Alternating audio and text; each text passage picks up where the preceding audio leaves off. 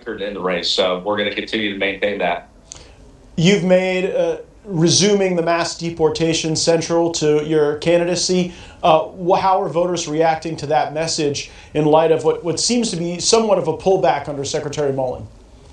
It's definitely probably the most important part of our campaign and getting the most traction. People want to see a doubling down of deportations. They think from second or third year, we should be actually hitting the gas pedal to the metal and really accelerating on deportations against what the D.C. permanent class wants, which, of course, is to quiet down and soften the deportation results going into the midterm elections. So I think that makes us a unique candidacy. We're getting a lot more traction and attention than other candidates who are softening their rhetoric on the issue, and I think it's been extremely positive at the door.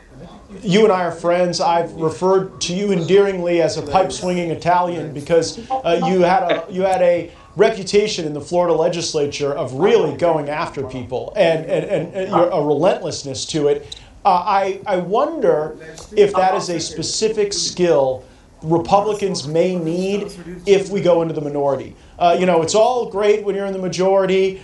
You control the agenda. You don't have to worry about Democrat investigations. But assuming the historical trends hold and Republicans go into the minority, why is having a fighter even more important with that battle space? Well, obviously, you're not going to be able to get a bill put on a committee agenda while you're in the minority. So what matters really is moving the conversation, rhetoric, partial oversight, taking advantage of oversight committees like you did in the Congress to push the issues that matter. And so, yeah, you got to be really aggressive. You can't sit and be a backbencher and be quiet and get things done behind the scenes. You're in the minority. You're not getting anything done behind the scenes. So you got to be frontal. You got to be aggressive. You got to be in their face, and I think I'm a candidate that's going to be able to do that if we go into the minority, which of course, unfortunately, is somewhat of a likelihood based on betting markets. So I think it is a skill set that matters a lot right now. A hallmark of your campaigns is a whole lot of young men who like to get out and knock on doors and be politically active. This is a part of the Trump coalition I've paid close attention to because I worry that without Trump on the ballot, without that type of inspiration, you could see those folks stay home. What is it about your politics, your style, your campaign strategy that seems to really double down on this critical element of the MAGA coalition?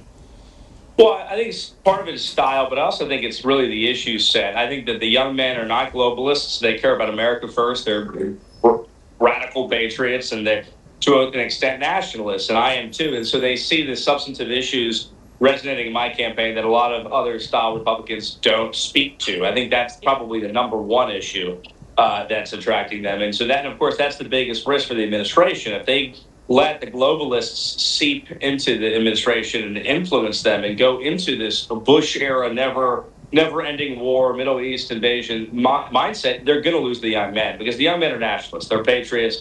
They care about this country and restoring American greatness, and they know that comes from within the country, not from outside of it. So I think it really comes down to the issues. I think my style obviously attracts a lot of the young guys. They like people who are more Twitter savvy, et cetera. But the number one issue, I think, is the policy.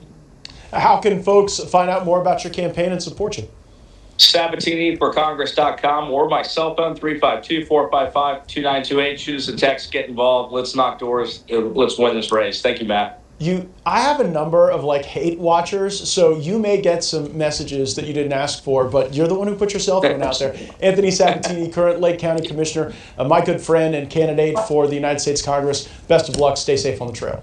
Thank you, Matt. God bless. And coming up, we head to the Rocky Mountain State where faith leader and former United States Marine Victor Marx is running a spirited campaign for governor. We'll get a check-in on his outsider's approach. Plus, in Massachusetts, John Deaton is bringing his experience to try to flip a state that hasn't elected a Republican United States Senator in quite some time. We'll chat with them both next. Opened in November 2017, the Museum of the Bible is one of the world's largest private collections of ancient biblical relics and theological manuscripts. The museum is privately owned and was founded by Hobby Lobby president Steve Green with the hopes of engaging all people with the Bible. Visitors walk through 40-foot tall bronze doors covered in biblical verses, and once inside, the museum brings biblical events to life with exhibits like the World of Jesus of Nazareth, complete with a recreation of the first century village, an immersive walkthrough based on the Old Testament, and a New Testament theater. It also hosts biblical and religious artifacts from across the world, including historic texts like a first edition King James Bible. It's also home to the world's largest collection of Torah scrolls. It's all located just 2 blocks from the National Mall and invites guests of all faiths, creeds, and denominations to come and explore and learn about the ancient text. This is One America News. When we started Allegiance, we were shocked to learn how many American flags are actually made overseas. If there's one thing that deserves to be made here in America, it should start with the American flag. At Allegiance, we do it differently. Flags 100% made in America by Americans with American materials. Join our pledge to make the American flag truly American. Visit showallegiance.com to get your high-quality American flag today. That's showallegiance.com. Watch this. It's all 100% real. Witness what happens to this woman's bags under her eyes in an actual time lapse in just minutes. Nothing has been doctored or tampered with. The very real problem will disappear before your eyes and hers with a revolutionary topical formulation that works in just minutes, and the effects will last for hours and hours. Over 1 million people are using this topical technique to visually reduce puffiness and bags. It works on sagging jowls, even fine lines and wrinkles on the face and forehead. Introducing Plexiderm. In just minutes, you can restore and beautify your face, even look years younger. And the look will last all day or all evening. Oh my gosh. Wow. I'm just in love with the mirror right now.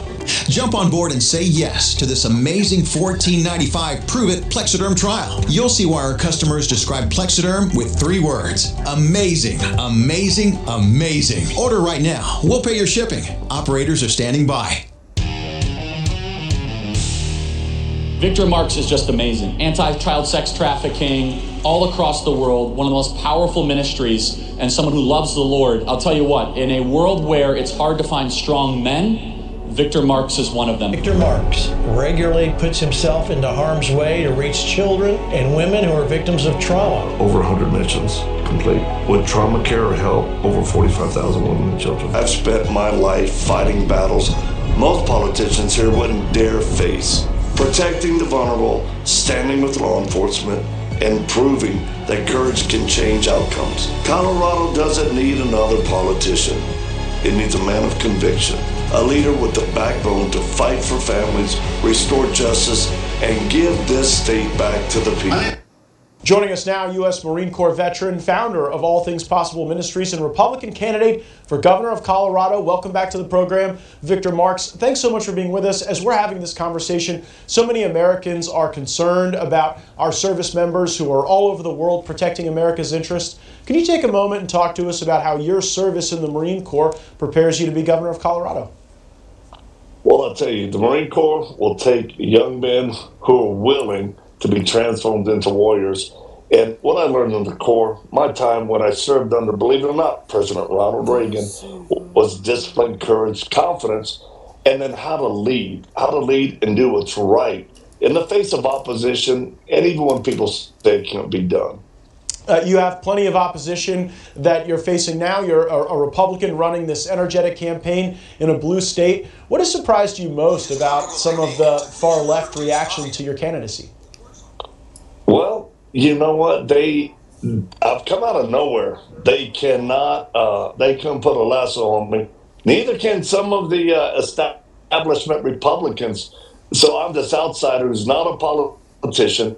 Everything I've said I was going to do, I've done. And I've called it things that people did not think would ever happen. For instance, this first quarter, financials just came out for campaign fundraising. And we outraised the other Republican candidates on the ballot. And then we broke a record. We outraised the Democratic candidates. And that's Michael Bennett and Phil Weiser, the one who has been suing President Trump. I think his coup de grace has said he sued him 65 times, which all he's doing is spending taxpayer money. Yeah. So we've shocked the whole system over here. I checked on those numbers. You aren't raising money from lobbyists, special interests, corporate Oh, no. interests that have contracts or business before state government. You seem to be raising a lot of small dollar donations from people of faith. What's the magic formula here for that type of success? Thanks, Matt. We've raised over $2.2 million. The average gift is about $88. And if there's any magic to it, it's the people are ready for someone who's not a politician, because that's the only option. You continue to get what you've got, which is fraud, waste, overspending, bloated budget, government. It's sad, not safe anymore. It's not affordable. Or you go with the guy who's got real world experience of negotiating tough things in out of the world places, and who believes in law enforcement, freedom, and family. We're going to get it done, and we're doing it now. Jared Polis is the current governor. What do you think is the biggest mistake he's made in office? Running and becoming governor. Well, how about a policy position you disagree with? Well, he's put his own pet projects before people who have to pay the bill for it. And he has loaded up our poor state to make us fund the things that he wants and extremists want. I give you a great example. Parks and Wildlife, which is, it's Colorado, God's country. He has put people on commissions and boards that have never hunted or fished, but they want to protect their furry little friends. They have no understanding about conservation. They just want preservation. And I'm telling you, that's a problem here, but he's done it everywhere. He's allowed homelessness to expand. We're number one in the country for car thefts. Car break, what is that? So I just tell you, it's time for a real leader to step in who cares about the people. And it just takes a real person who's not a professional politician to do it, Matt. You have a number of new arrivals every single day in Colorado that come from California. And presumably they are escaping really high taxes or regulatory burdens they don't like. They want to get a little elbow room. How do you tell people not to bring the politics they're leaving to the place they're arriving? Well, I can appreciate people fleeing a state that's upside down. We just tell them, don't bring that weird ideology here. Don't force that weirdness on our children. You become who we are. We're gritty people, full of grace, hardworking, love family, love faith, love America. So you come here, we're about common sense. So you need to become what we are, not what the state has become under a bad leadership. I could imagine one issue that would be challenging to address in front of a mixed group of voters would be Second Amendment rights, because you've had a number of these very significant shootings in Colorado, and at the same time, you got a lot of patriotic gun owners. How do you talk about the Second Amendment on the campaign trail? Again, it's common sense, brother. No extreme positions of taking people's freedoms and liberties that are constitutional in the Second Amendment away from us have ever stopped criminals. If it would, my gosh, Chicago, LA, Detroit would be a whole lot different. But being able to have Americans, law-abiding citizens with common sense on protecting themselves with firearms makes a safer state, makes safer communities. And you know what? Even the police are for it out here. Well, that's great to hear. Final issue I want to address is energy. It's such a sensitive issue with all of the international strife that we see. Colorado's got the potential to be an even bigger energy-producing state with conservative leadership. How can you get that going right away as governor? Well, responsible energy development across all the platforms matter. I love the idea of drilling oil, gas responsibly, and I'll tell you, the people here do as well. But when you come in with an ideology that says only solar, only wind farms are going to kill birds, destroy property, that doesn't work for the people of Colorado, including the energy bills are going up. So we're going to be energy dependent by putting folks who have real world experience and using what's at hand for us. Again, it boils down to common sense policies, which are my priorities for the people of Colorado. Victor Marks, Republican candidate for governor of Colorado, running a very inspiring campaign. Thanks as always for coming on. You betcha. Coming up, we head to Massachusetts, where John Deaton is running against the author of the Green New Deal. We'll find out if the people in Massachusetts want to stay last at everything and pay the highest energy costs in the country. We'll also head to Nevada, where Lieutenant Colonel David Flippo is working to bring his Marine experience to the halls of the United States Congress. Don't go anywhere. Is your shower trying to tell you something? Is getting in and out of the bathtub becoming a safety concern? Are you worried about the cost of a bathroom remodel that could go on for weeks and weeks? Well, now you can have a gorgeous new bath or shower with a one-day jacuzzi bath remodel that's safer at a price you can afford. It's incredible that they were able to do this in one day. Oh my gosh. It is beautiful. Oh, you have to see it. It was amazing how they fixed that bathroom in a day. You know what I like also? It's easy to clean. Jacuzzi has been making water feel great for more than 70 years, so you know it's a brand you can trust, and their products come with a lifetime warranty for a style you'll love for years to come. I've had a great experience from start to finish. I wish I would have done this 5 years ago. There has never been a better time to buy. We're waiving all installation costs and postponing all payments for up to 1 year. There are so many designs to choose from, including my Christina Preferred collection. Plus, we offer free personalized in-home design services to build the bath you've always wanted, right in your own space. And let's talk about accessories. From soft close shower doors and adjustable shower heads to features like grab bars and custom seats that combine safety and style to keep you feeling comfortable and independent for years to come. Plus, cleanup's a breeze with no grimy grout and no scrubbing. It just rinses clean. It's never been easier. Get your free design consultation, schedule your one-day installation, and start loving your new bath or shower right away. Call now and get zero installation cost, zero money down, zero payments with no interest for up to a year. Go to jacuzzibathremodel.com or 800-716-2369. That's 800-716-2369. Call now.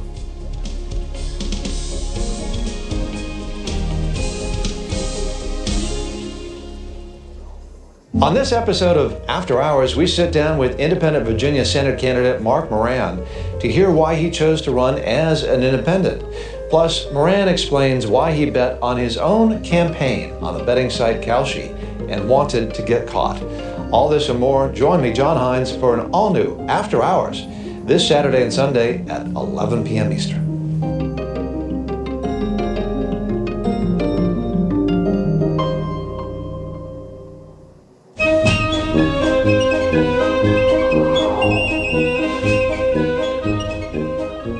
One of the great privileges of being a citizen of the United States is being able to vote and have an impact on the decisions that govern everyday life in our nation.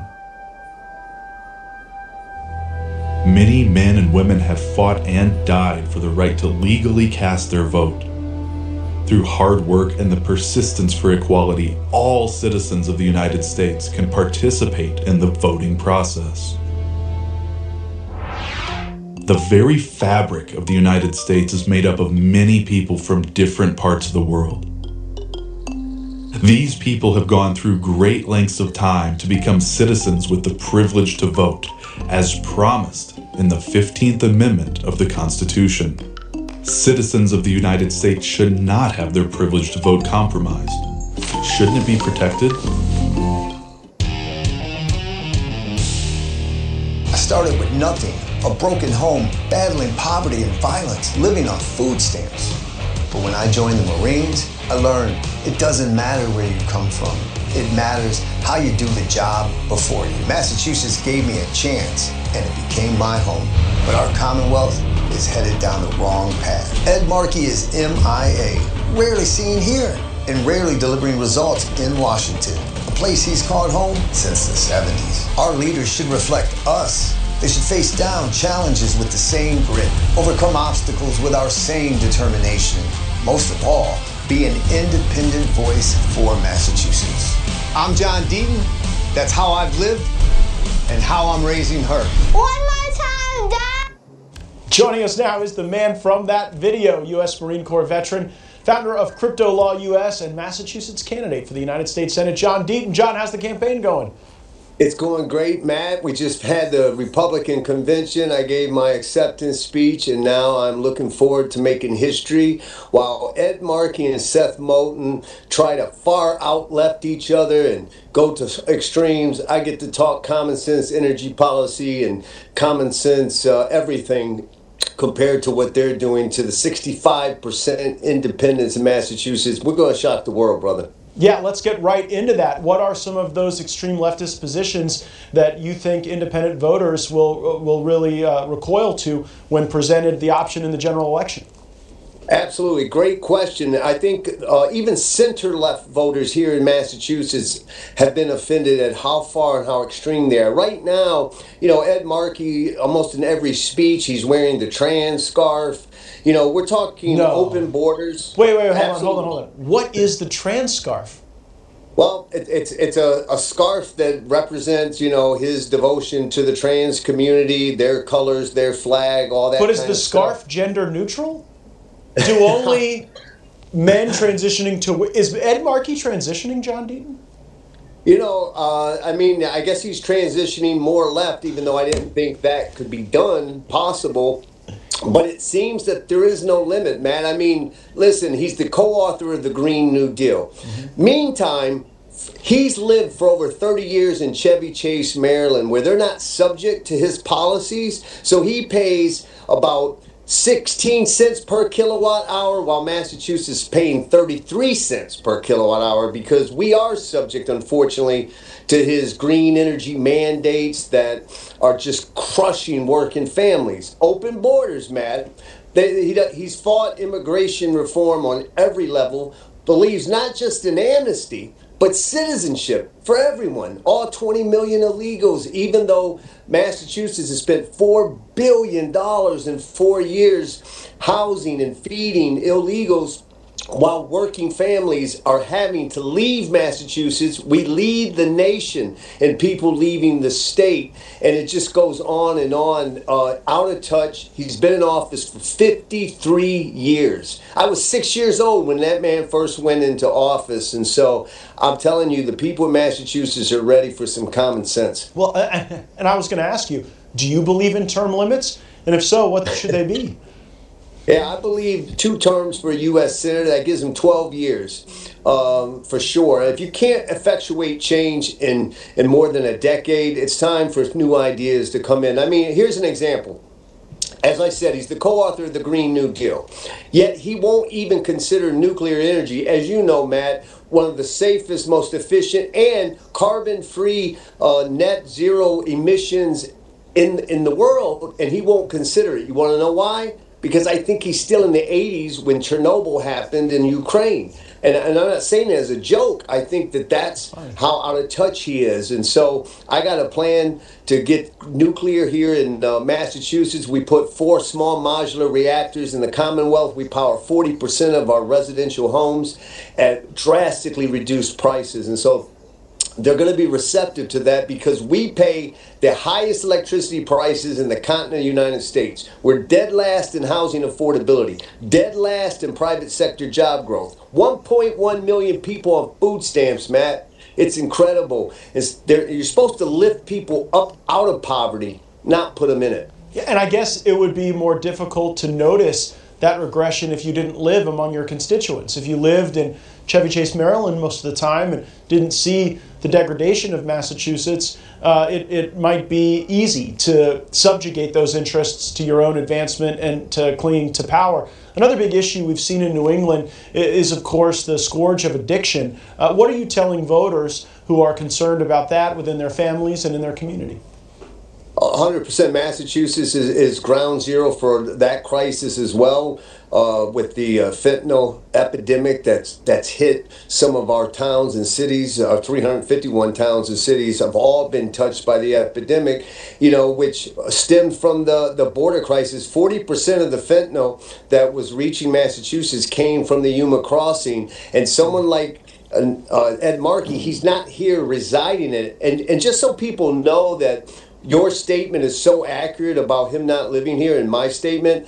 The water bill from the city of Malden, the house that he owns, that he doesn't live in, the city of Malden is only charging him $8 to $12 a month, the legal minimum that can be charged, because there's not a single faucet on. And if you don't live here, if you don't see what that addiction is doing to your constituents, if you don't see the fact that young people are working 2 jobs today, Matt, not to save for a house or to build for retirement, just to keep the lights on, then I think that's why he's out of touch, and I think it's why it gives me a real shot. Don't run against John Deaton. He'll check on your water bill. It's quite the opposition research you've acquired there. I want to talk about the Senate itself. If you're elected, you'll go to join this group of colleagues there. What kind of job do you think John Thune's doing now as the Senate leader? I think that he gets tied up in the partisan politics. I'm someone who believes that we should have one jersey, and that jersey is the American jersey, and you have to run with America first. And I question all of these career politicians who put their party politics, their specific agendas, their self-interest at stake. I'm going to have one test in the Senate, Matt. Is it good for America and Massachusetts? If it is, I'm going to fight for it. If it isn't, I'm not going to fight for it. I'm going to push for things that you pushed for. You were one of the first people out there that pushed for insider trading to be banned. I have a Washington Clean Hands Act that seeks term limits, a constitutional limit, single-issue bills, no budget, no pay, no insider trading, eliminating the regulatory capture. You shouldn't go from being chairman of the FDA on Friday, you resign, and on Monday you're on Pfizer's board. We got to clean up all that and reinstill confidence in our elected leaders. That is such a bipartisan message. I don't know what group in the electorate says, I really want more corruption. I want more insider trading. I want more buddy deals with my tax dollars. And in a state like Massachusetts, where you've got to reach out to voters of all stripes, I think that would be something you'd want to put at the forefront of your campaign. Now, in the Senate itself, there are various processes that can stand in the way of some of the changes you're seeking. What's your perspective on the filibuster? And if people want to filibuster, should they have to actually take the floor and speak, or should they be able to do so with an email to a scheduler?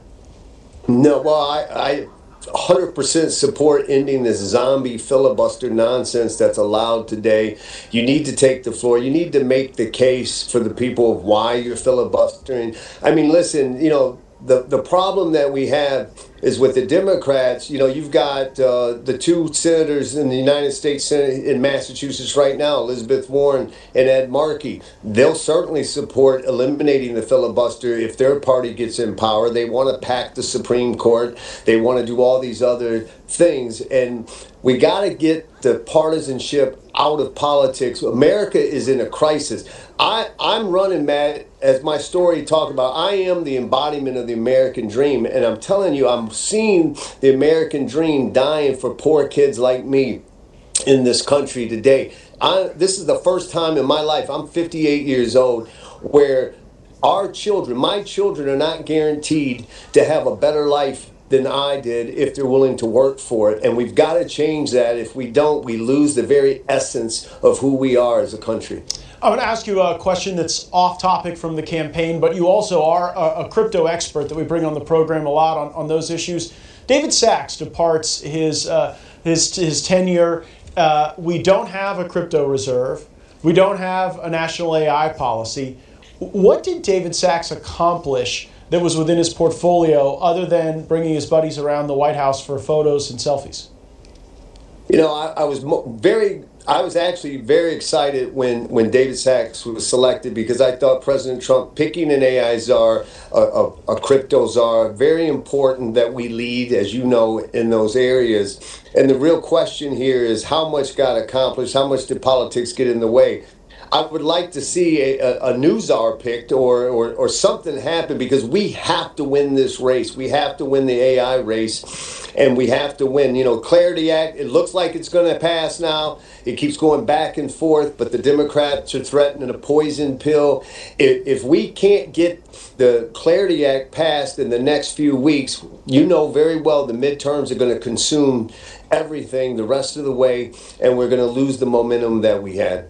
I have nothing against David Sachs personally, but it seems like form over function. It seems like because he was a podcast guy, because he had a high profile, he got this job. And if you judge the tree by its fruit, if you judge his tenure by what was generated, it's hard to consider it a success. John Deaton, we hope you're a success out on the campaign trail. Stay safe, my friend. We look forward to checking back in with you as you march along toward November. Thank you, Matt. I look forward to coming back.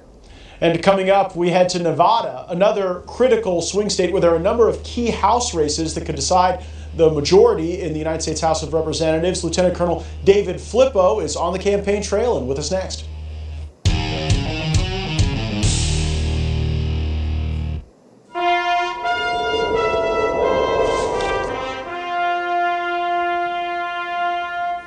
The Third Amendment to the United States Constitution was added to the Bill of Rights by the Founding Fathers to protect American citizens from being forced to house and feed federal troops against their will. The Third Amendment clearly states that no soldier shall, in times of peace, be quartered in any house without the consent of the owner, nor in time of war, but in a manner to be prescribed by law. This law was extremely important to our founding fathers after experiencing the quartering of troops on their private property by the British government during the Revolutionary War. While this amendment may not need to be exercised in modern times, it is not to say that the right to protect ourselves and our property from the intrusion of government should ever be taken lightly or disregarded.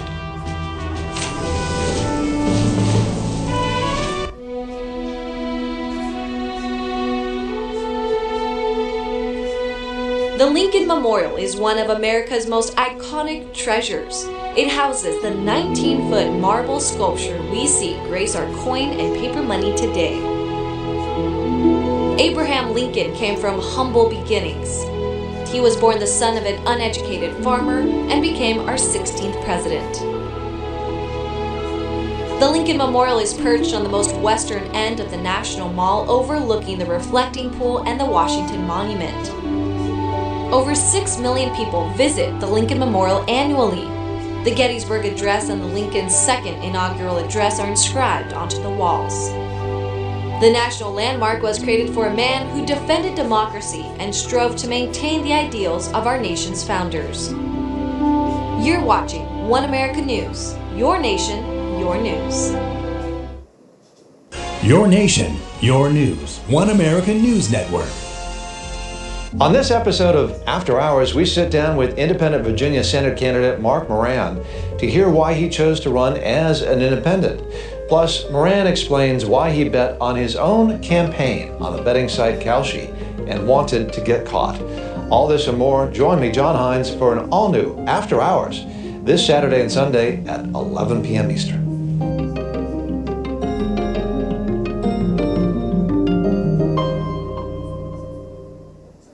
America needed fighters. David Flippo didn't hold a press conference. He built bases under fire. I've led in combat. I've made life and death decisions, and I've never backed down from a fight. But today, criminal illegal immigrants Joe Biden let in our country. Democrat inflation is crushing Nevada families. The liberals are weak. It's time to take on a new mission. We must deport criminal illegals. We need to lower costs for all Nevadans. And we need to give President Trump the firepower that he needs to fight the liberals in Washington.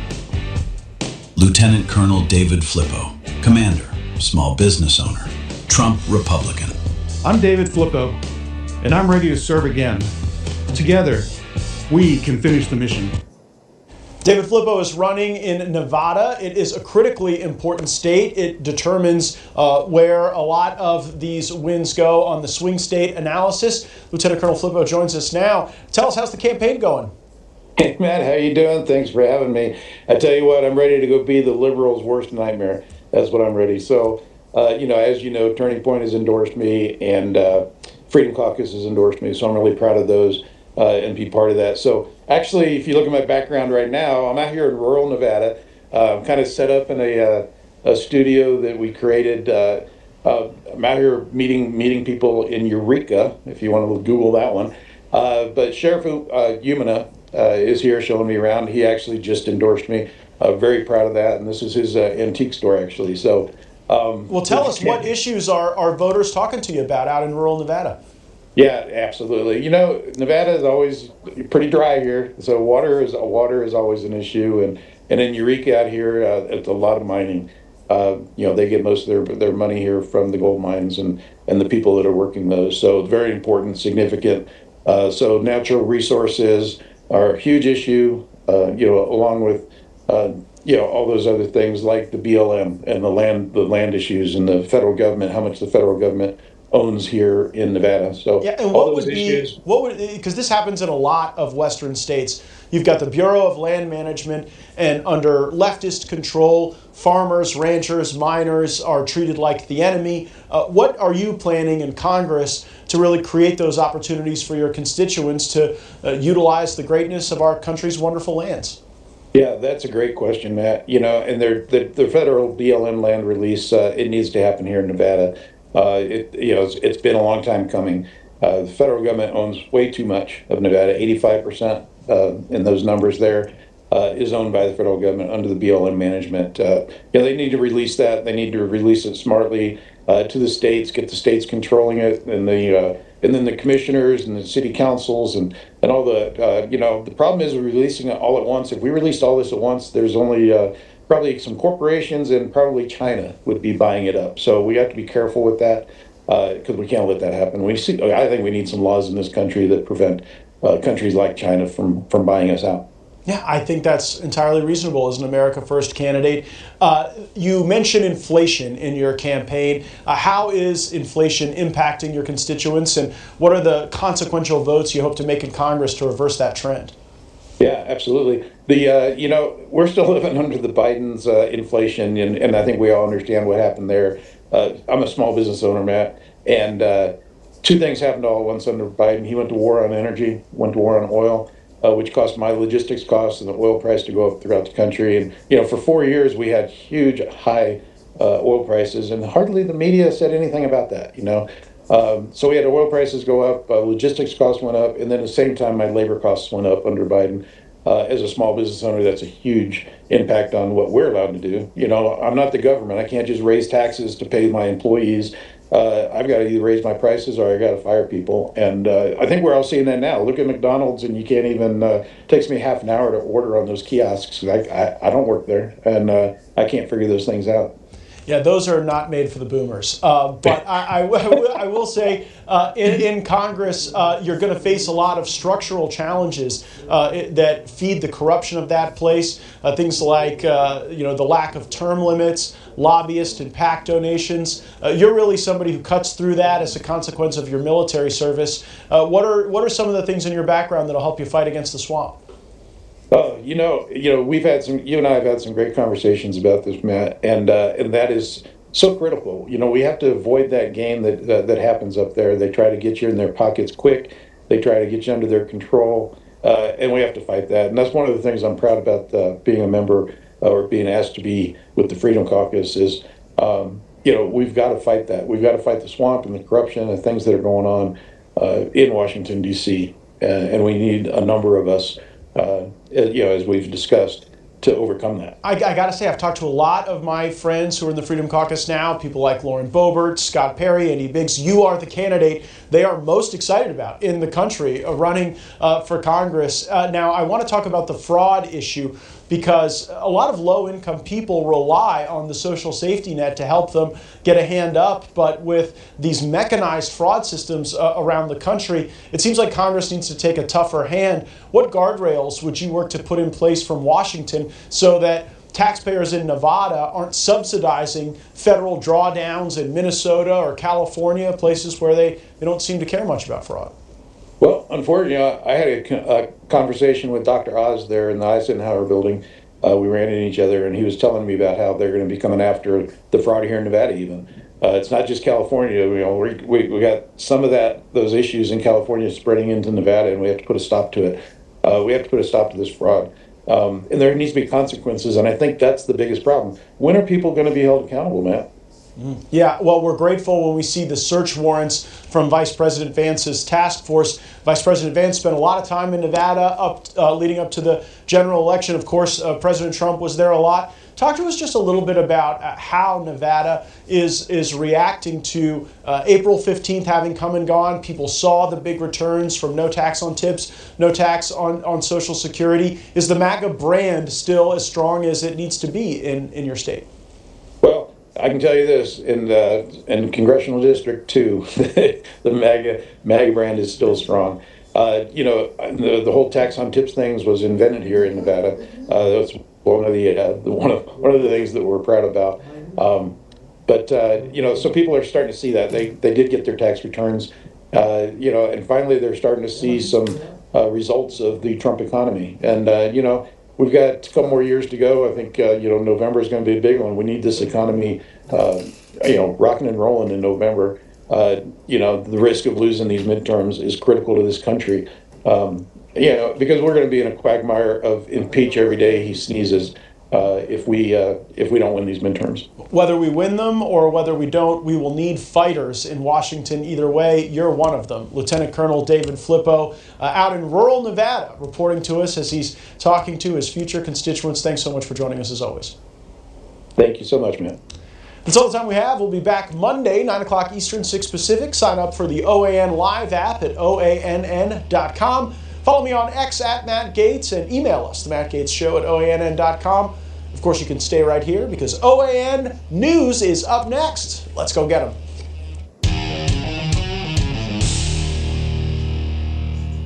Brazil's election is 5 months away, and we have all the angles covered, starting with the most important question, why it matters to you. Then, a Brazilian judge ordered American companies to censor American speech. The Trump administration sanctioned him, plus a sitting Brazilian congressman pulled the data. Nearly 2/3 of his country's Supreme Court cases target one political party, his. And the first Brazilian American ever elected to U.S. Congress warned about all of this in 2023. He was right. And finally, the candidate himself, Flavio Bolsonaro, in his own words at CPAC, we have the interview. That's all tonight. Dave Pollack Prime Time starts right now.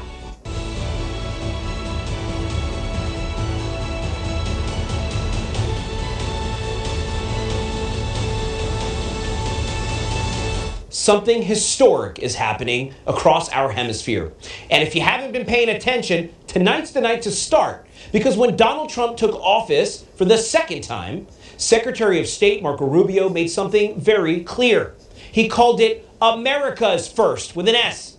In a Wall Street Journal op-ed on his first day, Rubio wrote, U.S. foreign policy has long focused on other regions while overlooking our own.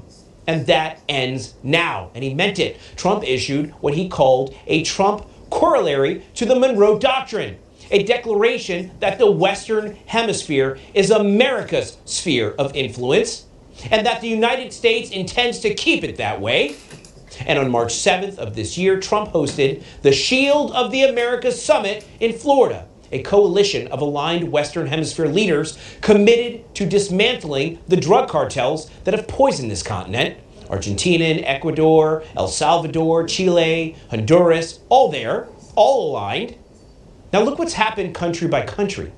Argentina, Javier Milei, the chainsaw-wielding libertarian firebrand who called Trump's return the greatest political comeback in history, is in the process of dismantling the socialist state that destroyed one of the world's most promising economies. Trump backed him personally. The U.S. Treasury delivered a $20 billion IMF lifeline when Milei needed it most. In October of 25, Milei's party won 41% of the midterm vote. Trump claimed credit, and he earned it. El Salvador, Nayib Bukele, built the safest country in the Western Hemisphere by doing what the international left said was impossible. He locked up the gangs, all of them, built the world's largest prison. Crime collapsed, and when Trump needed a partner for his deportation agenda, Bukele said yes. El Salvador is now one of America's closest strategic partners in the region. The Biden administration shunned him. Trump embraced him. The result speaks for itself. On to Chile. December 2025, the largest vote total in Chilean presidential history. The winner, far-right Jose Antonio Cast, another domino falls right. Honduras, right-wing Nasri Asfoura wins with Trump's backing. The entire Western Hemisphere is shifting, country by country, election by election. The globalist left, which dominated Latin American politics for a generation, is losing. And Trump's coalition is growing. But there's one giant missing piece to this puzzle. Brazil. 215 million people, the 9th largest economy on earth, the largest in South America. And it's not even close. Brazil trades almost 5 times more with the United States every year than Argentina does. It's the agricultural superpower of the Western Hemisphere. It's the world's largest exporter of soybeans, beef, chicken, coffee, orange juice, and sugar. And it's currently governed by Luiz Inácio Lula da Silva, a 79-year-old leftist who stood on stage in Beijing just months ago and told Xi Jinping that, in front of the cameras, by the way, that Brazil doesn't fear retaliation from Trump. He was not at the Shield of the Americas summit. He wasn't invited. His Brazil is aligned with China, with the World Economic Forum, with the same globalist apparatus that Trump has spent his entire political career fighting. But there's an election on October 4th, and the Bolsonaro family, Brazil's answer to the Trump movement, is back. Senator Flavio Bolsonaro, 44 years old, Rio de Janeiro's eldest son of former President Jair Bolsonaro. He is the leading candidate in that race. His father, the man they called Trump of the Tropics, is serving 27 years in prison, handed down by a Brazilian Supreme Court that has spent years targeting conservatives, silencing journalists, and weaponizing the judiciary against the right. From prison, Harris endorsed his son.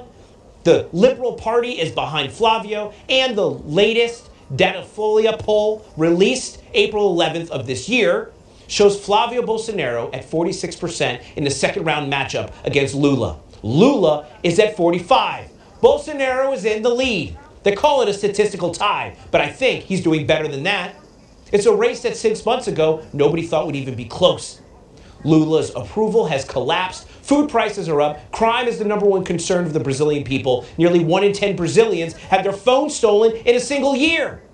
GDP growth is projected at just 1.7% for 26. And the man who once called the world's most popular politician is now governing at historic lows. The question is whether Brazil becomes the next domino or whether the left holds the line in the hemisphere's biggest prize.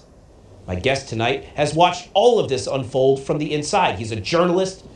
He's a conservative voice who was targeted himself and silenced by the very Brazilian Supreme Court that imprisoned Jair Bolsonaro. His social media blocked, his passport canceled, his assets frozen. He was forced out of the country in exile in Florida, where he's continued to sound the alarm about what's happening in Brazil and why it matters to the United States. He's also the grandson of Brazil's 30th president. Question tonight is simple. Are we on the verge of a populist takeover of South America's largest economy? And what does it mean for the United States? Paulo Figueiredo, welcome to David Pollack Prime Time. Exciting times for America and the hemisphere, right, my friend? Very exciting, David, and it was about time. For many years, China has been playing a lot in South America. It's been Chinese realm. You go to Brazil and you see the presence of the Chinese companies, and you would be surprised. In certain towns, people are speaking Mandarin instead of Portuguese, and I mean it. It's serious. So finally, the U.S. government and the Trump administration is paying more attention to the hemisphere and is changing the landscape for the best. If you look and you see what Joe Biden did, it was a great contrast. You're speaking about the socialist who now rules the largest country in South America, which you very correctly portrayed as a big piece of the puzzle. I would dare to say the biggest piece of the puzzle. Brazil, one state of Brazil alone, São Paulo, is the size of the second largest country in South America, which is Argentina. The size of population, the size in terms of GDP. So Brazil is massive. It's huge. And not only huge, has everything that the U.S. needs in terms of natural resources, and especially critical minerals and rare earth, that the U.S. is completely dependent on China, are fundamental for the AI revolution and obviously for the military equipment that the U.S. has. So Brazil has everything. And if you look at the Biden administration worked a lot, not only through SAID, but also through diplomacy, to put this socialist who's very close to China and who antagonizes every single U.S. interest globally. The Biden administration was very much responsible to put him in power. Actually, Mike Pence, the former State Department employee, says, and kind of a whistleblower, right? He says if it wasn't for Joe Biden, Lula da Silva wouldn't be president of Brazil. He goes as far as that. So it was about time for us to see some sort of change. And I agree with you. I think Brazil is the biggest piece of the puzzle. And imagine a Brazil that's aligned with the United States versus China. That's not something that you can easily snap back. And that is why it's so important that the United States pay attention to what's going on in Brazil, because we're very aligned, and we've spoken about this, between our elections, between the lawfare, between our efforts to make sure we have fair and free elections. Brazil, I believe, mirrors the United States very closely. And so a successful election here in October in Brazil for the United States, I think pays dividends for decades to come, right? He does. And Brazil and the U.S. are very close culturally as well. Brazilians are closer to Americans in several aspects than they are to their neighbors. Brazilians speak Portuguese. Most people think Brazilians speak Spanish. We don't. We speak Portuguese. And culturally, we're more aligned with the United States than to Argentinians, I would say, in many aspects. It's a country that's 90% Christian, a big percent of Catholics as well, but very close values to the Americans. And again, obviously the natural resources part is very important, but also there's the influence that Brazil has on all the other countries in the region. We spoke about this in the past, that Lula is the founder of an association of socialist countries called the Foro de São Paulo. It was founded by him, by Fidel Castro, for example, as well, by the FARC, the revolutionary armed force in Colombia, and also by Hugo Chavez. And Lula is kind of like the head figure of these old school socialists that took over the Latin America in the 2000s, and most of them became presidents of their countries. So either you counter this influence, or you're going to see your backyard, as people say, transform into socialist countries that are very much anti-American. That's a very important part of it. Brazil now is ruled by an anti-American. Lula is pro-China, obviously, yes, but he's pro-Iran. He's very much against Israel. He's pro-Hezbollah and Hamas, and he's aligned with the global environmental crazy agenda. He's aligned with the LGBTQYXZ crazy agenda as well. He's aligned with everything that Donald Trump hates and the MAGA movement hates. Lula is on their side. That's why it's so sometimes surprising and a little bit disappointing when you see Donald Trump kind of like praising Lula a little bit. I think the president of the United States sometimes is not as well informed as we wish he would be. Yeah, well, look, that's what we're doing here to get that message out, because you make an excellent point. All the people that are trying to come across our border, whether it's Hezbollah-backed or cartel-backed, and we have a much more secure border, a completely secure border thanks to President Trump. But again, President Trump won't be president forever. That border can open back up if Democrats take power. And so the less we support that element south of our border, protects our border, even if Trump isn't president, exactly like you said, Hezbollah, the influence there, the cartels, all of the anti-American influence that could come pouring across our border, well, that's restricted by having partners in South America. Excellent points you're making. I think the president is paying attention. I think you're making a lot of sense here, and I think most of America is going to be rooting for Bolsonaro, and I think it's going to be a celebratorious event come October, when Brazil, the final piece of the puzzle, falls into place and we have a very secure hemisphere, the Don Road Doctrine in full effect. Paulo Figueiredo, it is always a pleasure to have you on the show, my friend. I learned so much from you every time you come on, and it's crazy how much we don't know about our own hemisphere. We could talk about Iran all day, about China, about Asia, Europe. We very rarely talk about South America and Central America, and it is literally more impactful to us than anything else. So I love having you on here because I think this is a very important dialogue that we'll continue to have, my friend. Thanks for having me. Always a pleasure. Yes, sir. We'll talk again soon. Coming up, the most highly voted politician in Brazil's history makes the case for his brother's campaign. Stay with us. You won't want to miss it.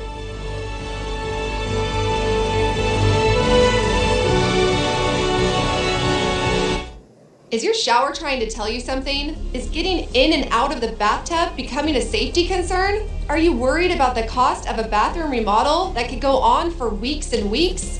Well, now you can have a gorgeous new bath or shower with a one-day jacuzzi bath remodel that's safer at a price you can afford. It's incredible that they were able to do this in one day. Oh my gosh.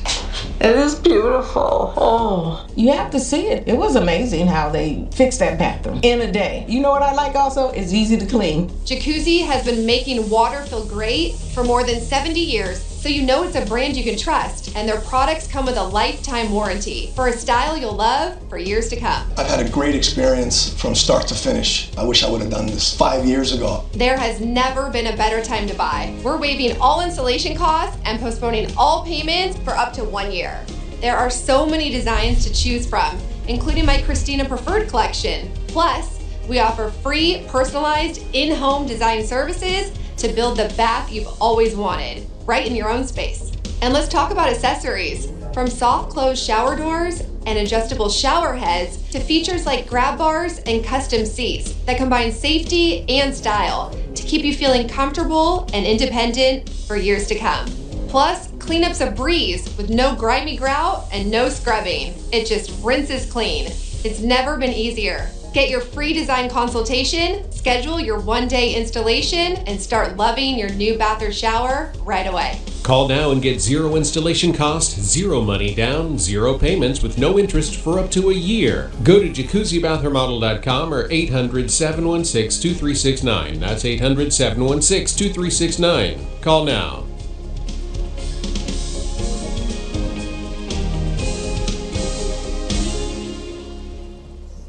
Let me ask you something, folks. Do you trust the news? Time and time again, the mainstream media has pushed false narratives as fact, like the Russian collusion hoax or the Hunter Biden laptop cover-up, only for them to unravel into fiction. Here at One America News, we're not controlled by a corporate agenda or our advertisers. We're committed to delivering the truth. No spin, no slant, just straightforward facts. So, how about we don't trust the mainstream news? How about we trust the truth?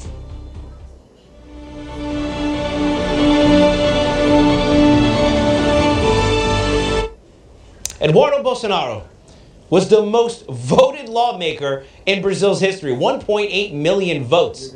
He had a congressional seat, a national platform, a future in Brazilian politics.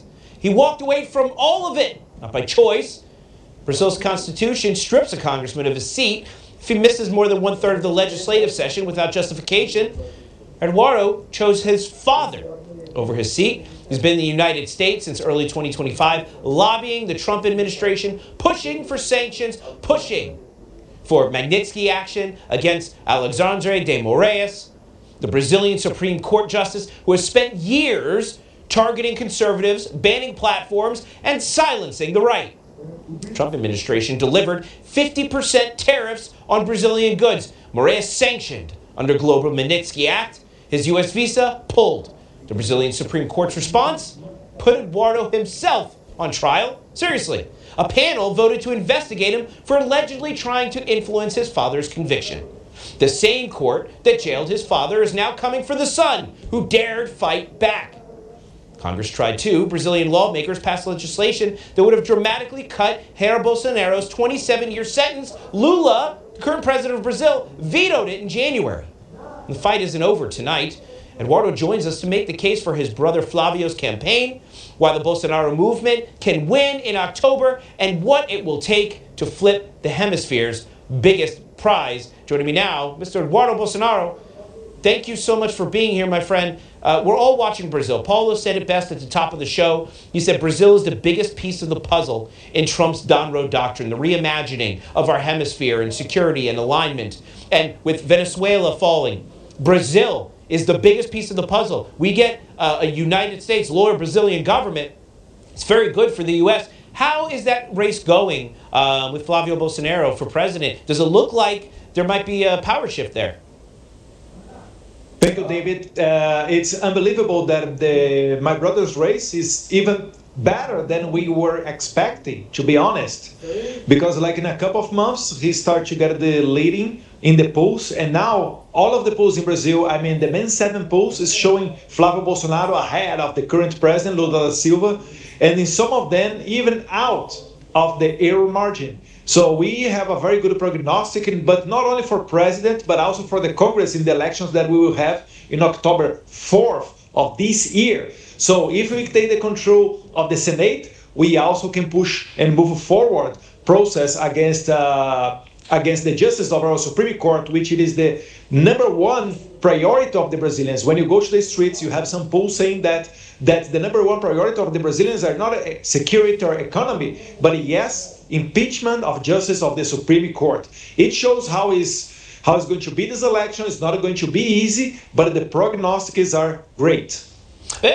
And it's interesting that you say that, because we remember here in the United States when Trump was running for president, how the courts were weaponized against him. I mean, James Comey, the former director of the FBI, was just indicted working in this vast conspiracy that they're trying to prove, where he was using lawfare essentially to target an American president. We've seen this. And then we saw President Trump indicted in 4 different places leading up to the election, the civil cases. Courts have been used to be weaponized against political opponents, and nowhere is this more on display than in Brazil. And, we've talked about in the lead-in all of the things that the court there has done. And how important is it? And as you just mentioned, fixing that, how important is that to democracy in Brazil? Fixing the lawfare piece. This is the first thing that we need to do, because if you let a Supreme Court with such a power like that they are having and abusing of it, they will block the whole Flavio Bolsonaro administration.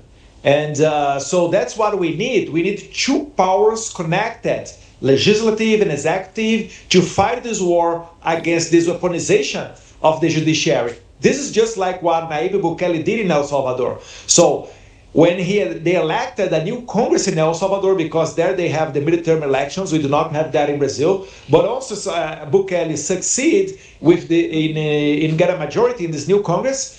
In the very first day, he impeached all of the 5 justices of the Supreme Court of El Salvador. And right after that, then he started to change the country. Then you have the new El Salvador that we are seeing now. So this is what we really want to do. And nowadays, David, only to end with this issue, nowadays, from the 81 senators that we have in Brazil, half of it, 41 senators, already signed a petition saying that they would like to see on the floor an impeachment against justice of the Supreme Court. So, as we are going to have new elections for the Senate in this October, we expect that next year we can finally elect the speaker and the leader of the majority in the Senate and start a process against justice of the Supreme Court in Brazil. Now, in order for that to happen, obviously, Flavio Bolsonaro's election is very important. Obviously, the Senate elections are important as well. You said the data is looking pretty good. So polling suggests that the Brazilian people are kind of tired of Lula, and it looks like in the polling, and of course, we all know how polling works, but it looks like Flavio's doing pretty well in the polls, right? Yes. For you have in a sense, my father, Jair Bolsonaro, never ever in the polls showed up ahead of Lula. At this point, 5 months before the elections, Jair Bolsonaro in 2022, he was about 20 points behind Lula. And the same polls are now showing Flavio Bolsonaro ahead. In some of them, like 6, 7 points ahead. And even polling markets, people would never, waste their money, but saying that Flavio Bolsonaro was going to win this election. So the prognostics are great. I'm very ecstatic. I do not believe in all of the polls. But even if, when you look for a left-wing poll, if they're showing Flavio ahead, it's because he has really a chance to win even in the first round.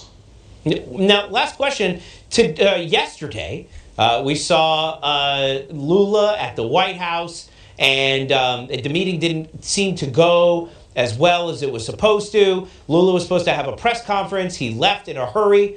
What do you think happened today or yesterday when Lula met with President Trump? Do you think he heard that President Trump's maybe a Bolsonaro fan? This is what I mean. Trump does not. He cannot choose with what a president he should talk.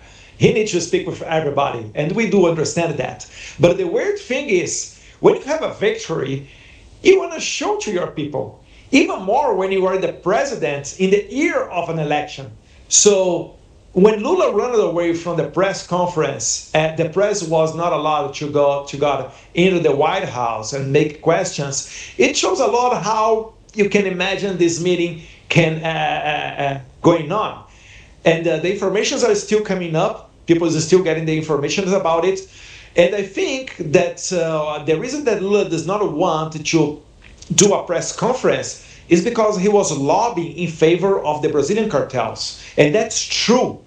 After the Shield of Americas, an initiative that Trump did 1 month ago, it happened on Saturday. On the following day, on the Sunday, our Chancellor, Mauro Vieira, called Secretary Rubio, asking him to do not declare the Brazilian narco-terrorists as narco-terrorists. We have two main groups called CV and PCC, the Red Command and the First Command of the Capital. So which means that everybody's talking about it, even the mainstream media, that Lula didn't go to the White House to offer rare earths to Trump because he needs to, put something on the table to negotiate with Trump, and to exchange that, to have from Trump the commitment that United States are not going to declare the Brazilian cartels as narco-terrorists. But the good news is, with the prognosis that we have nowadays in the elections, if the victory of Flávio Bolsonaro really happened in October, this will not be an issue anymore.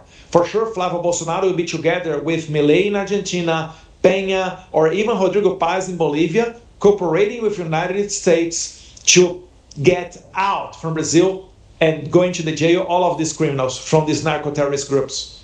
Yeah, it's an exciting time for this geopolitical realignment, and I believe, both the Bolsonaro. It'll be the golden era of Latin America. That's what it is. That's what we're seeing in a real way, not the nonsense we saw on display at the Super Bowl party, but like actual realignment with South America and U.S. interests. Mr. Bolsonaro, thank you so much for being here. I look forward to checking in with you as we get closer to the election. Good luck to you and your family. Thank you very much. The best is yet to come. Yes, that's what I hear. Coming up, a sitting member of Brazil's Congress has been documenting exactly who the Lula regime is targeting. He pulled the data on every active case in Brazil's Supreme Court. The numbers tell the whole story, and that's next.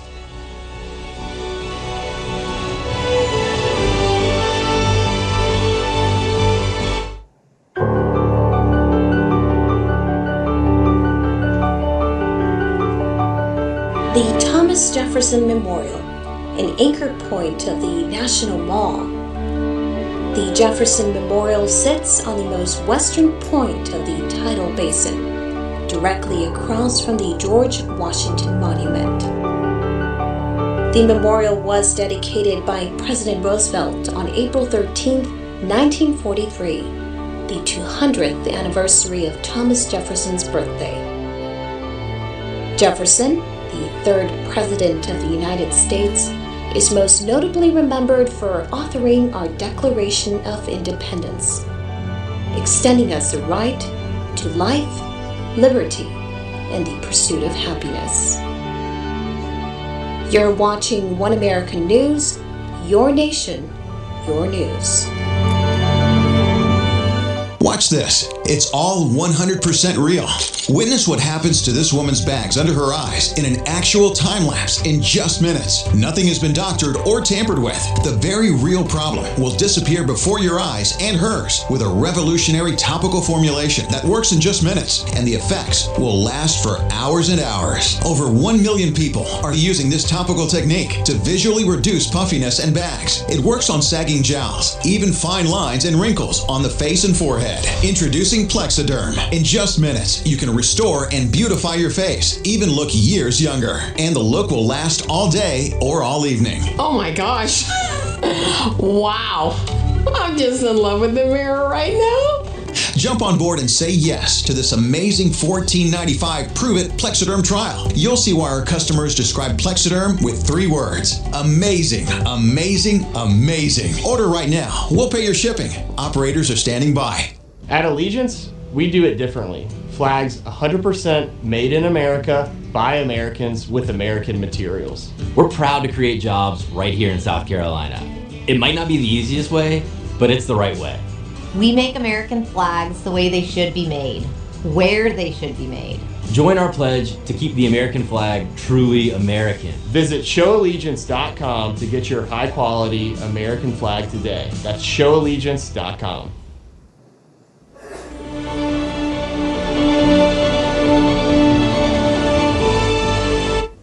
The Lula government calls it democracy. I've heard people call it that before. They didn't actually mean it, right? From inside Brazil, it looks very different. Gustavo Gayer is a federal deputy in Brazil's Chamber of Deputies. He represents the Goiás Liberal Party, Bolsonaro ally, 1.4 million followers on X. Hey, that's not too shabby either. And he's been doing something simple that nobody in the Brazilian establishment wanted done. He counted. In June of last year, Gayer pulled every active case against federal deputies inside Brazil's Supreme Court. Every inquiry, every criminal action, every investigation, 61 total cases, 39 of them, 34% target members of the Liberal Party, the party of Bolsonaro, the party of the right. 2/3 of every Supreme Court case involving elected federal deputies targets one political party. When have we heard that before? Gayer put it plainly. Only the right wing is being persecuted, investigated, and condemned. In March of this year, Gayer and other conservative parliamentarians showed up to a session of Brazil's Supreme Court. Empty seats available. They were physically barred from entering, though. Wonder why? He led a delegation of Brazilian lawmakers to Washington to sound the alarm. His warning to American audiences: if Brazil continues down this road, the number of Brazilians fleeing to the United States will make the current immigration crisis look minor. But we like Brazilians. Come on down. Gayer has been living in what Paulo Figueiredo described as the top of this hour, a government using its judiciary as a weapon against the political opposition. Tonight, he tells us what that looks like from the inside. Federal Deputy Gustavo Gayer, welcome to David Pollack Prime Time. What's happening inside of Brazil? Because I'm sure it looks very different than what is being portrayed by the Lula government here in the United States. Well, David, first, thank you for inviting me. As you just said, the situation in Brazil, I think it's much worse than when Biden was in his last 2 years of as president. We've been suffering and living under a dictatorship of the judiciary. And that's not just my opinion. That's the majority of the population in Brazil, according to the most recent polls. We are living under a dictatorship. Now, as you just said, and it's a funny information, 70% of all the investigations that the Supreme Court of our country is doing, it's against politicians who said something that they don't like. Even though we are living, I think as of now, we have 4 nationwide corruption scandals happening right now. As a Banco Master, the retirees' money being stolen, our Correios being stolen. And the only thing that the Supreme Court, who are justices who were indicated or put there by PT and Lula, the only thing that they are investigating and arresting people for, it's for the crime of opinion. Just last week, for the second time, our Supreme Court made me defended, or I've been indicted, not because I stole money or practiced corruption or anything like that, but because I criticized Lula on a post on my X profile. And that's happening. That has been happening for the last 7 years. But in the last 2 years, it's gotten really worse, since they noticed that Lula will not be able to be re-elected, or they will not be able to put him again in the presidency. So we are suffering a dictatorship, and we are trying our best to fight and find a way out of it. Yeah. And look, we saw the last election. We saw what happened in the last election, and we know what happened in the United States. And I can't say anything about the last election because if I do, the federal police will arrest me tomorrow. That's how serious the situation is in Brazil. Well, but we could talk about that censorship too, because you can't even talk about it. So what can you do? I can't. Right. You can't talk about it. We've seen what happened to the Bolsonaros. We've seen what happened to Paulo Figueiredo. You can't even talk about what happened. Now, there's another election coming up, and I'm going to talk to Eduardo Bolsonaro here about this also. But there's another election coming up. How confident can you be that the voice of the people will be heard? Well, there's a hope now because the only thing that can save Brazil is if we take the majority of the Senate. And according to the latest polls, the right-wing candidates are placed in first or second position in the majority of the states. According to our math, we will take majority of Senate. And why is that so important? Because only the Senate, only having majority in the Senate, we can make an impeachment of the Supreme Court. We can impeach Alexandre de Moraes and Dias Toffoli and all these justices who were put there by the corrupt party of PT, our leftist party. It will be the Democrats in Brazil. And that's the only chance we have. Also because Bolsonaro's son, Flávio Bolsonaro, is leading the polls because Brazil is tired of the left-wing party and we are tired of our Supreme Court. We are tired of some justices who kidnapped our institution, the Supreme Court, and made it as a weapon, weaponize it politically. So there is a chance. Also because the president of our electoral tribunal or electoral court, we have that in Brazil. I know it's one of the only countries in the world that has that. The president of this court will be someone that Bolsonaro nominated, will be someone that Bolsonaro put in the Supreme Court while he was president. And this is an honest person. He will not persecute right-wing candidates. He will not try to take down our social network like the Moraes did.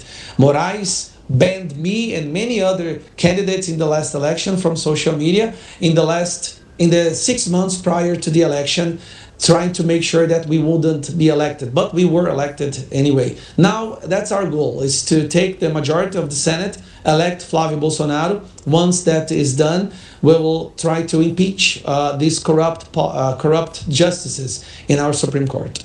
Deputy Geyer, thank you so much. Good luck to you. And we'll see what happens. We'll be watching very closely as we get closer and closer to that election. I think it's in October, right?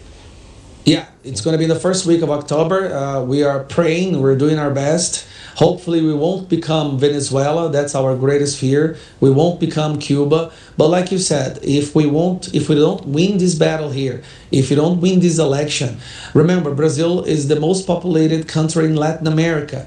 And we have nowhere else to go. We have no place to. All the other countries around us are being dominated by leftists. And my fear, like you said, that there will be a wave of Brazilian people trying to enter the United States, and we don't want that.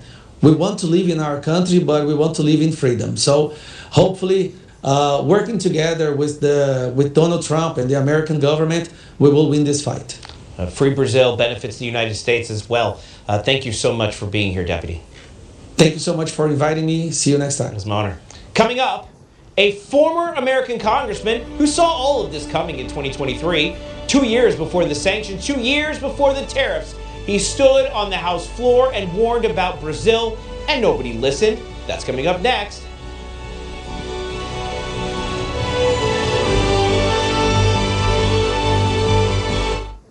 My friends, I come to you today on behalf of the Jewish people in Ukraine whose lives have been completely destroyed.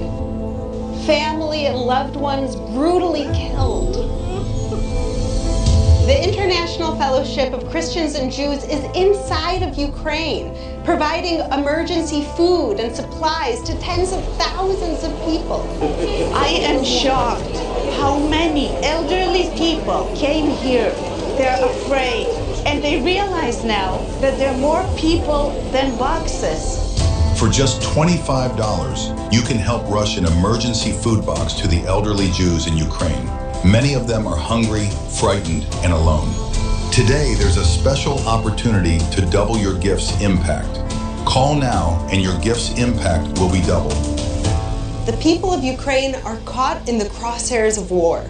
Many of these precious people are Holocaust survivors, elderly Jews who are sick and dying. They have no food, and we must reach them now before it's too late. The world is in a war again. I am alone. I'm afraid of the bombs. I'm scared. I am old. There is no food.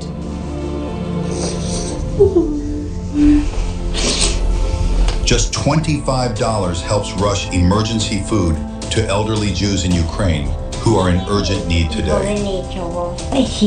Please call, scan, or go online right now. I will not starve. Thank you, good people. We can be the hope to the Jewish people who are suffering in Ukraine. Your help is desperately needed now. Thanks to generous fellowship partners. Call now and your gift's impact will be doubled. On this episode of After Hours, we sit down with independent Virginia Senate candidate Mark Moran to hear why he chose to run as an independent. Plus, Moran explains why he bet on his own campaign on the betting site Kalshi and wanted to get caught. All this and more. Join me, John Hines, for an all-new After Hours this Saturday and Sunday at 11 p.m. Eastern.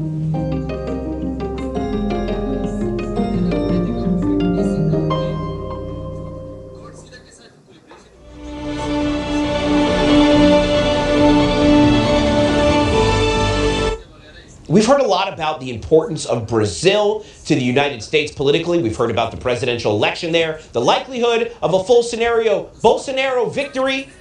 But for many Americans, I'm sure you're wondering, well, what does this mean to me? Well, it means more to you than you might realize, because judges in Brazil have been ordering American companies to silence American voices. It's not a hypothetical, it's actually happening. Brazilian Supreme Court Justice Alexandre de Moraes banned X in Brazil, banned Rumble, ordered Truth Social videos wiped from the platform entirely. He demanded American companies hand over private user data on political dissidents seeking refuge in the United States. And when American companies refused, he fined them. When American courts ruled his orders were unenforceable here, he retaliated. The Trump administration finally moved. Secretary Rubio pulled Moraes' visa. Treasury sanctioned him under the Global Magnitsky Act, froze his U.S. assets, called it what it is: an oppressive campaign of censorship targeting Americans and Brazilians alike. One member of Congress saw this coming in July of 2023, before the sanctions, before the tariffs, before any of this was front page news in America. He stood on the House floor and warned that Brazil's direction was undermining U.S. policy and U.S. interests. Nobody listened. Lula has publicly criticized the United States for support to Ukraine and has even suggested that our nation is purposely prolonging the war for commercial interests. This is the same leader who has actively sought to undermine the U.S. currency through their BRICS agreements with Russia and China, and who maintains strong ties with the Chinese Communist Party. Mr. Speaker, Brazil is not a minority player on the world stage. Joining me now, former U.S. Congressman George Santos. I watched your speech, your floor speech. It was fantastic. You were calling attention to this for a long time. And, you know, I think it's time for people to realize how important Brazil is to the United States. And so I'm so happy to have you here so you can explain the significance, because that piece of the puzzle, as Paulo said, is such a significant piece for global security here in our hemisphere, right? Oh, thanks for having me, David. You know, this is a great conversation for me because, as Paulo said earlier, he is so on the money. Paulo is actually one of the great patriots that Brazil has, that has loads of influence in American politics, and he's a very smart and intelligent man, and I'm honored to call him a friend. But most importantly, the amount of work that took into getting the Magnitsky Act into sanctions into Alexandre de Moraes and a number of others in the Brazilian political spectrum was hard work. It's actually it saddens me to see that it was lifted just a few months ago, but at least we started what could be the beginning of something great. I know that President Trump is meeting with Lula this week in the White House, and this is of great concern for a lot of us because we're worried that President Trump will let his pragmatic view of trying to work and get along with everybody in order, to promote American excellence might just look past the issues that are surrounding Lula, whether it's Alexandre de Moraes, whether it's Joesley Batista, the owner of the great monopoly JBS. Hey, there's so many things that we can talk about, but the censorship in Brazil is real. The attack on anti-Americanism is real. And we need to fix this because this is the fifth largest economy globally. It's the fifth largest nation in the world. It's the largest economy in South America. And most importantly, it's the 10th largest superpower. So it's not something we can ignore. There's 213 million people living just 5 hours from Florida of flight time, and that's not smart. We need to really bring Brazil back into the fold. We need to partner with them again. Just in 2001, the U.S. used to represent 80% of trade with Brazil. Today it represents 10%, and China represents 80%. That is how far we've come along from distancing ourselves and just handing this massive agricultural producer, rare earth producer, rare mineral producer to the CCP. So this is a cause for more of. This is pro-American to want U.S.-Brazil relationships normalized. It is in America's best interest because if not, we're going to have China moving into our backyard, in our hemisphere, and that's something we need to really, really rebuke. It's such an important point that you made because China has not been our friend, and yet we do get a lot of stuff from China. Now we have Brazil, whose government will be our friend when the Bolsonaros move back into power, and this can affect Americans' lives in so many ways. I mean, people talk about the cost of produce, the cost of groceries. When it comes from Brazil versus Europe or China or Asia, that makes things cheaper in the United States. And more so, trading in our hemisphere is a lot better for Americans as well. I mean, having a strong Western Hemisphere really makes America strong globally, which is why this is so absolutely important. But the bigger part here, George, in addition to trade, because that's how it affects Americans, there's a much bigger part here. And that's, we have to look back on 2020. We have to remember what happened in our own country and some of the concerns we have with the Save America Act, for example, and securing our elections. Then you go and look at what happened in Brazil in the last election between Lula and Bolsonaro. The things that happen here are happening there. Securing our elections here is the same as securing our elections there. And so if we're able to have a fair and free election in Brazil and have fair and free elections in the United States, we're not doubling down on questionable election results. We're doubling down on democracy, right? Well, it's not just democracy, David. We're doubling down on freedom. We're doubling down on the will of the people. We need to make sure that the will of the people of Brazil is heard come this November. We need to make sure that there's enough international observers of that election to curb any sense of cheating. Now, look, we speak about election stealing and election cheating. It's very different in Brazil than it is here, right? So I don't want to compare the two. In Brazil, all of our elections are electronic, and they are done on terminals that, believe it or not, come from some very interesting companies. I don't want to mention them because we know what they do when you do.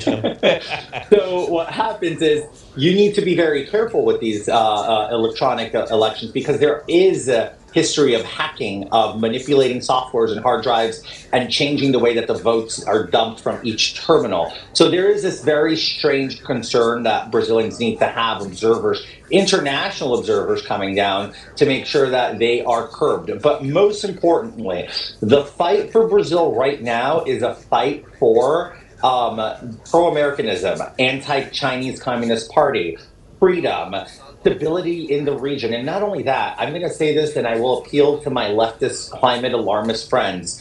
How about us having a stronger Western Hemisphere and being less codependent for natural resources, produce, and all sorts of different things by keeping shipping in our hemisphere? You would reduce our carbon footprint in about 70% just by doing that. That is actually pro-planet. It is pro-environment without having any jarring restrictions, just by changing the way that we do things. And I think that everybody can agree, if we can naturally reduce our carbon footprint and we can naturally create a more sustainable Western Hemisphere, There is no shame in that, and that is an absolutely great opportunity for Americans, and it is very pro-American.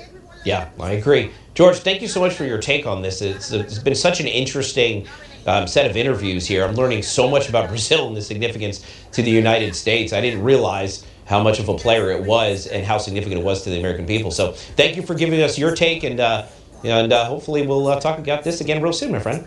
Thank you for having me, and thank you for just letting people know that Brazil is not all about soccer. We have more to offer there.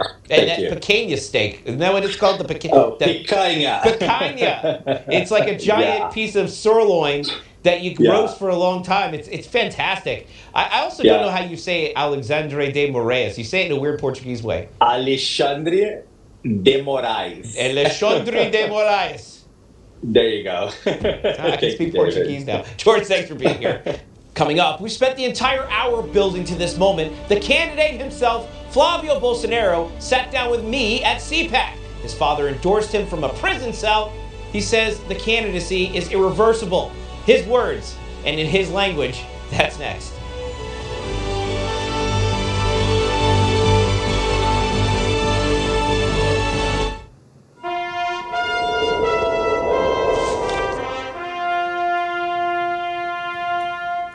The Fourth Amendment originally enforced the notion that each man's home is his castle, secure from unreasonable searches and seizures of property by the government. It protects against arbitrary arrests and is the basis of the law regarding search warrants, stop and frisk, safety inspections, wiretaps, and other